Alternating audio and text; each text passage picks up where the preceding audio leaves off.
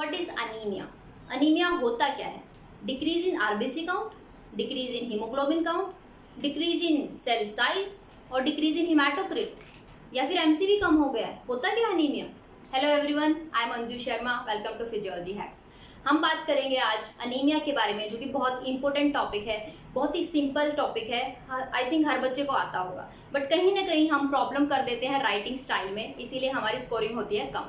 तो हम वीडियो के लास्ट में ये भी बात करेंगे कि अगर सेपरेटली क्वेश्चन आता है, for example iron deficiency anaemia आता है, तो हमें कैसे परफॉर्म करना है। तो वीडियो शुरू करते हैं। अनीमिया, तो अनीमिया होता क्या है? अगर डेफिनेशन की बात करें तो हर बुक्स में अलग अलग डेफिनेशन होती है। कोई कहता है decrease in RBC count anaemia होता है, कोई कहता है डिक्रीज इन हीमोग्लोबिन काउंट। तो बेसिकली हीमोग्लोबिन भी कम हो सकता है, आरबीसी भी कम हो सकता है, एमसीवी भी कम हो सकता है, और हिमेटोक्रिट क्या होता है? PCV, basically cellular part of the blood, right. तो इन चारों में से कौन सा है आखिर डेफिनेशन ऑफ अनीमिया? तो यस, इन चारों को ही हम अनीमिया बोलते हैं। बट डेफिनेशन ऑफ अनीमिया अगर हम बोले तो इंस्टेड ऑफ इनकी बजाय हम बोलेंगे decrease in oxygen carrying capacity of blood. ठीक है, तो अनीमिया क्या हुआ?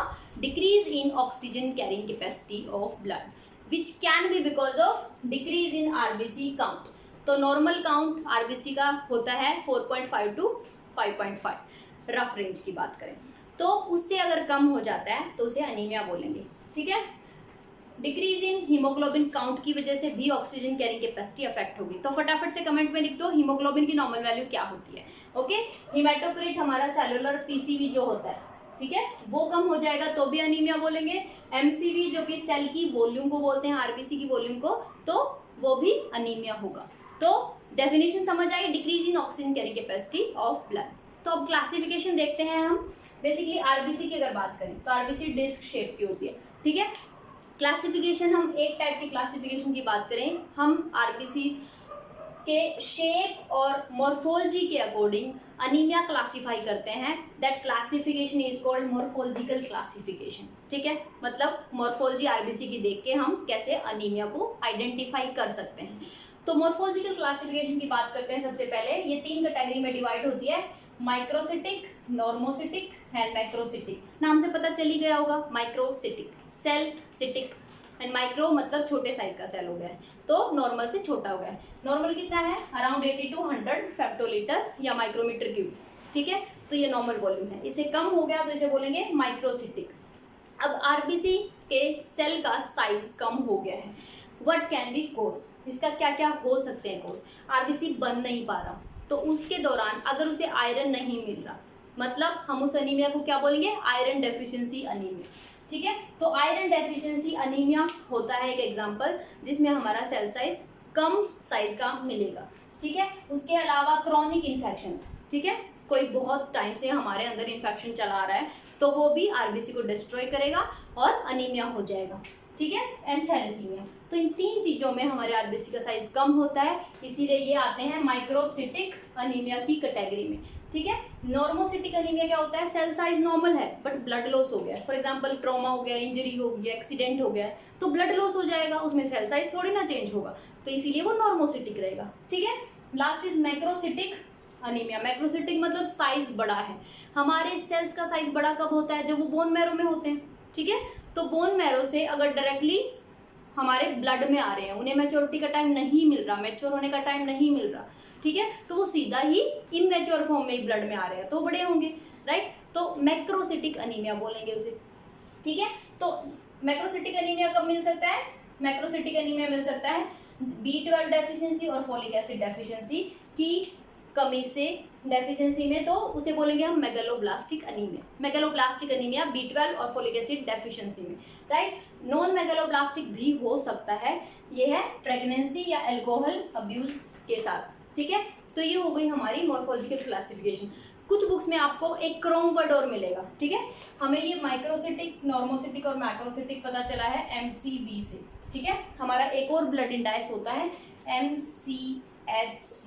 MCHC।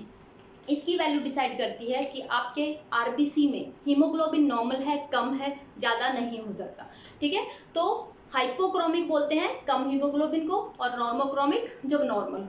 ठीक है, तो कभी कभी आपको क्लासिफिकेशन इस टाइप की भी मिलेगी, आयरन डेफिशिएंसी अनीमिया होता है microcytic hypochromic picture of anaemia, ठीक है, और नॉर्मोसिटिक नॉर्मोक्रोमिक इन ब्लीडिंग, ठीक है।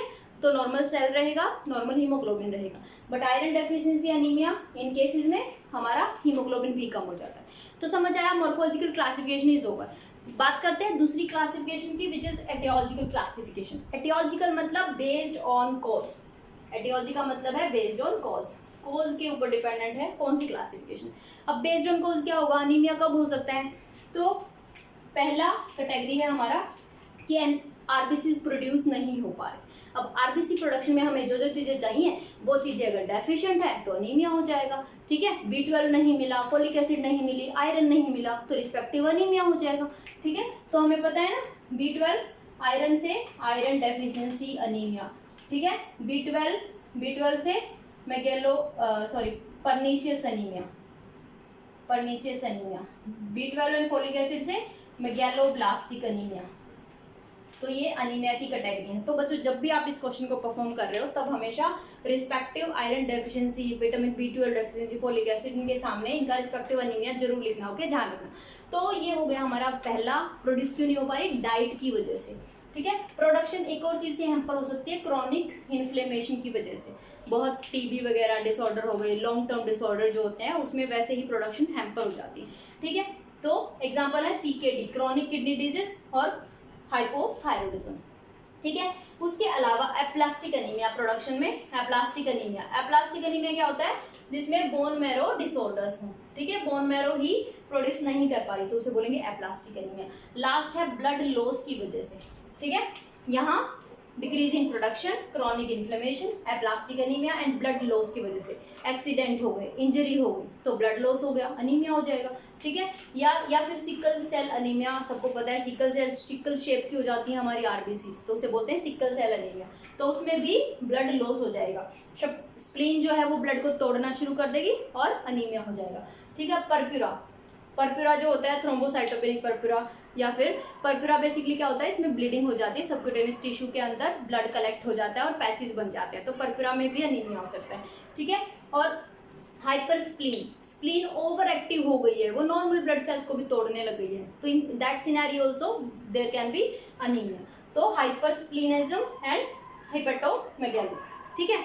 और मलेरिया में एबनॉर्मल सेल्स हो जाते हैं मलेरिया की वजह से, ठीक है, पैरासाइट की वजह से एबनॉर्मल सेल हो जाते हैं और स्प्लीन उसे तोड़ना शुरू कर देती है। तो ये थे कॉजेज ऑफ अनीमिया। तो ये कॉजेज ऑफ अनीमिया है, तो अगर आपसे कोई पूछे कॉजेज ऑफ अनीमिया बताओ तो आप बता सकते हो, ठीक है, द सेम। ये है aetiological classification based on cause, तो कॉजेज भी यही होंगे, ठीक है। अब बात करते हैं, ये थी हमारी क्लासिफिकेशन जिसमें हमने पढ़ा है morphological classification and aetiological classification, ठीक है। तो मोस्टली लॉन्ग क्वेश्चन आता है और पूछा जाता है define anaemia and explain the classification of anaemia either, ठीक है, या फिर कंप्लीट पिक्चर पूछ ली जाती है कि सब कुछ बताओ अनीमिया के बारे में। तो अनीमिया, अगर अनीमिया होता है किसी सब्जेक्ट को तो कैसे कंप्लेन करेगा, तो साइन सिम्टम क्या होंगे अनीमिया के, ठीक है, साइन सिम्टम ऑफ अनीमिया। तो ब्लड कम है किसी भी वजह से, ultimately oxygen carrying capacity of blood is hampered, oxygen carrying capacity, oxygen नहीं मिल रही तो क्या होगा, थकान हो जाएगी, ठीक है। तो फर्स्ट सिम्टम आएगा फटीग, ठीक है, फटीग होगा, सांस लेने में दिक्कत हो जाएगी, डिस्निया, डिफिकल्टी इन ब्रीदिंग, ठीक है। देन ऑक्सीजन नहीं मिल रही तो difficulty in breathing, then failure हो जाएंगे, फेलर कहाँ, कंजक्टिवा में फेलर हो जाएगा, ठीक है। ब्लीडिंग होगी तो हमारा क्या होगा, जॉन्डिस हो जाएगा, इक्टेरिस हो जाएगा, ठीक है, इक्टेरिस देख सकते हैं हम। देन लिम्फेडिनोपैथी, लिम्फ नोड्स जहाँ जहाँ है वहाँ स्वेलिंग हो जाएगी, जो कि हमें पता चल सकता है। बोन्स जो है वो टेंडर हो जाएंगी, अगर बोन मैरो डिजीज है तो बोन टेंडर हो जाएंगी, ठीक है। और लीवर और स्प्लीन का साइज चेंज हो जाएगा, तो इस टाइप के सिम्टम पेशेंट शो करता है। अब बात आती है कि हम किस टाइप के टेस्ट कर सकते हैं अनीमिया पेशेंट के साथ, तो आप यहाँ देख के आइडिया लगा ही सकते हैं कि किस टाइप के टेस्ट कर सकते हैं। आप आरबीसी काउंट करा सकते हैं, आप हीमोग्लोबिन कर सकते हैं, आप एमसीवी करेंगे, हिमेटोक्रिट करेंगे, पीसीवी करेंगे, ठीक है।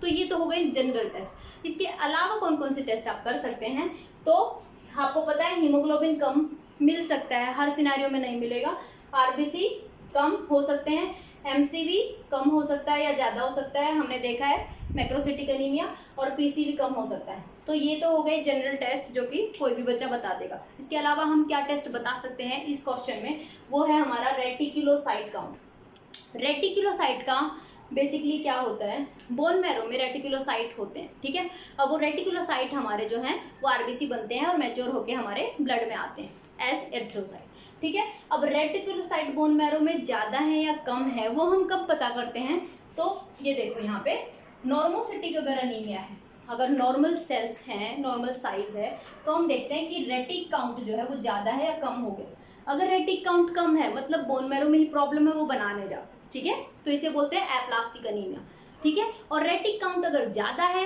अगर रेटिक काउंट बढ़ रहा है, तो वो क्यों बढ़ रहा है, बोन मैरो को कोई स्टिमुलस मिल रहा है ताकि वो आरबीसी प्रोड्यूस ज़्यादा कर पाए, समझ में आई। तो रेटिक काउंट मोस्टली इंक्रीज होता है, क्यों, क्योंकि जब भी अनीमिया होगा बोन मैरो को स्टिमुलेट करेगा वो और ज़्यादा आरबीसी प्रोड्यूस करने के लिए, जैसे इरिथ्रोपोइटिन करता है, जब भी हाइपोक्सिया होता है इरिथ्रोपोइटिन सीक्रेट होता है, ठीक है। तो रेटिक काउंट करवा सकते हैं, ठीक है। उसके अलावा आरबीसी डैमेज होगी तो एलडीएच इंक्रीज होगा, ठीक है। हमें पता है जॉन्डिस हो जाएगा, बिलीरुबिन इंक्रीज हो जाएगा, उसका फेट है आरबीसी का, ठीक है। या फिर हेप्टोग्लोबिन जो है, हेप्टोग्लोबिन जो है वो क्या होता है कि आयरन जब ब्रेक होता है तो वो ये इसे बाइंड करके ट्रांसफर करता है, ठीक है।